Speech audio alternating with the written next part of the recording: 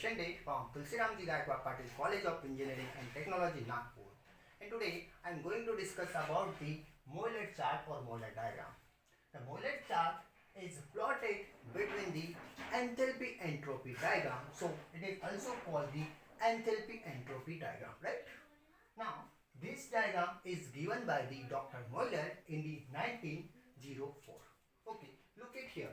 This diagram is known as a HS diagram, enthalpy entropy diagram or Moeller chart. Right? Now this axis is the enthalpy and this one is the entropy. You know very well about the saturated liquid line and saturated vapor line, right?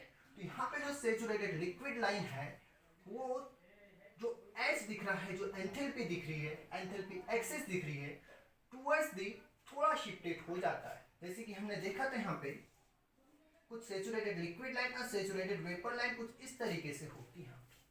तो इसको क्या करना है, जो आपका saturated liquid line और saturated vapour line दोनों की दोनों जो शिफ्टेड होती है इस एक्सिस पे इस तरीके से,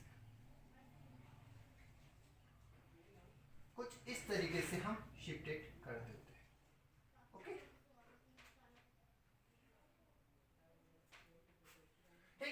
and this point is known as a critical point. Okay, you already familiar with this point. Now this one is the saturated liquid curve and this one is the saturated liquid. ठीक, what is the slope of this diagram or this chart? The slope is nothing but this one is the enthalpy and this one is the entropy. dH over the ds is the slope of this diagram, right? Look at here, you know very well the TDS, dq is equals to the TDS,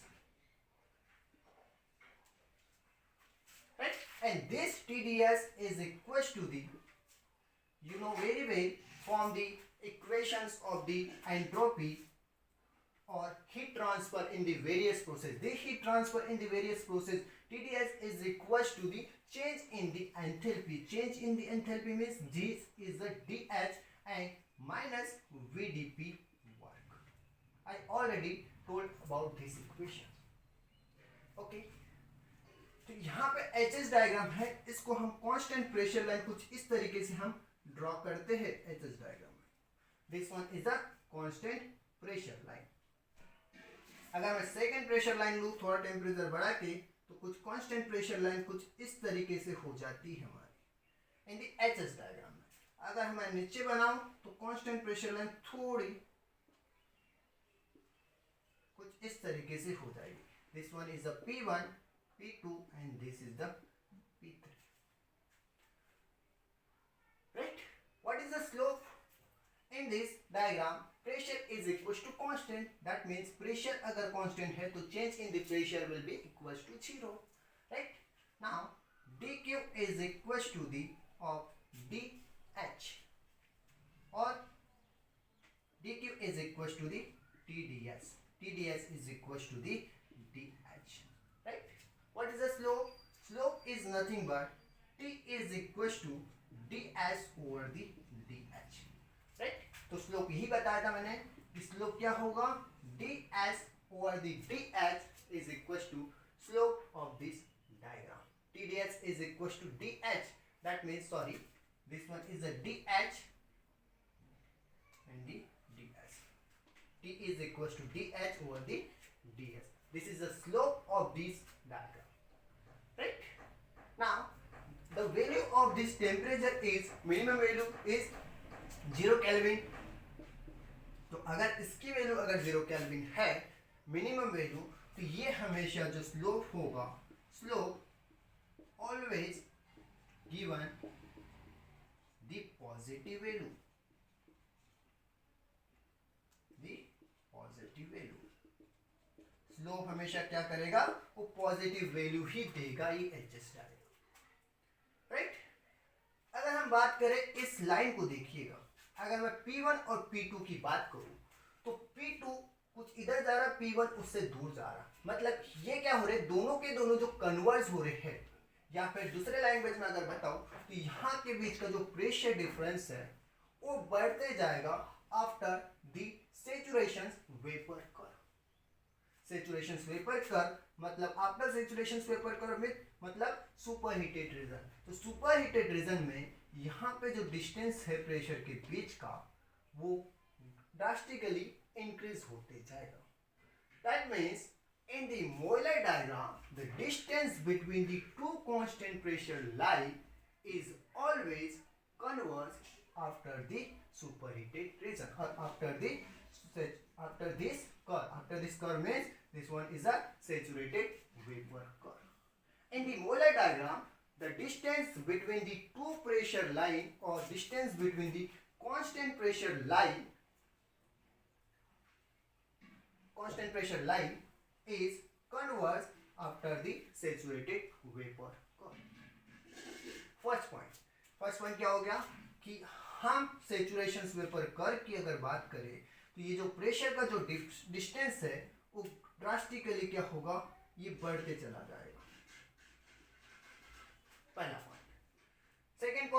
second point ये होगा कि जो आपका HS diagram है या मोइलर chart है वहां पे आपका सैचुरेशन लिक्विड कर्व और सैचुरेशन वेपर कर्व कहाँ कन्वर्ज होते हैं, मतलब कहाँ दोनों के दोनों कर्व जो है वो मिलते हैं। तो दुनिया का कोई भी कर्व हो, एचएस कर्व हो या फिर पीवी डायग्राम हो या टीएस डायग्राम हो, हमेशा सैचुरेशन वेपर कर्व और सैचुरेशन लिक्विड कर्व जो रहते हैं इस पॉइंट पे ही मिलते हैं and this point is not as a critical point, कोई भी डायग्राम।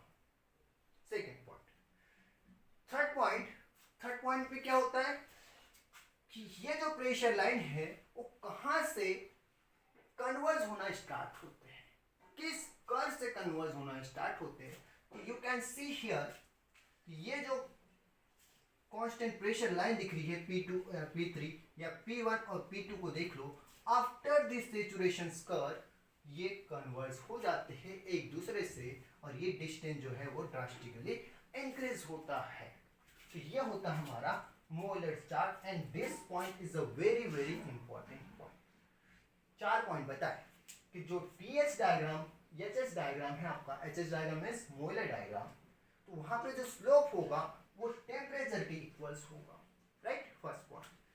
सेकंड पॉइंट इज जो स्लोप होगा वो dH ओवर दी ds होगा। टेम्परेचर की हमेशा जो वैल्यू होगी ऑलवेज 0 के इक्वल्स होगी, 0 केल्विन होगी मिनिमम वैल्यू, इसलिए जो स्लोप देगा हमें पॉजिटिव वैल्यू देगा। Third point. फोर्थ पॉइंट में बताया कि जो आपका सैचुरेशन लिक्विड कर्व जो है और सैचुरेशन वेपर कर्व है वो दोनों किस पॉइंट पे मिलते हैं। तो ऐसा कोई भी डायग्राम हो, मोइलर डायग्राम की ही बात नहीं कर रहा हूं, कोई भी डायग्राम हो तो वो एक क्रिटिकल पॉइंट पे ही मिलेगी। Fourth point. फिफ्थ पॉइंट में ये कि ये जो कांस्टेंट प्रेशर लाइन है वो किस कर्व से कन्वर्ज होना स्टार्ट होती है, तो वो सैचुरेशन वेपर कर्व से वो एक दूसरे से ड्रास्टिकली चेंजेस हो जाता है, ड्रास्टिकली इंक्रीज हो जाती है। ये जो डिस्टेंस है प्रेशर कांस्टेंट प्रेशर का वो after the saturation vapour curve या फिर आप सुपर हीटेड रीजन में जैसे जैसे जाओगे ये जो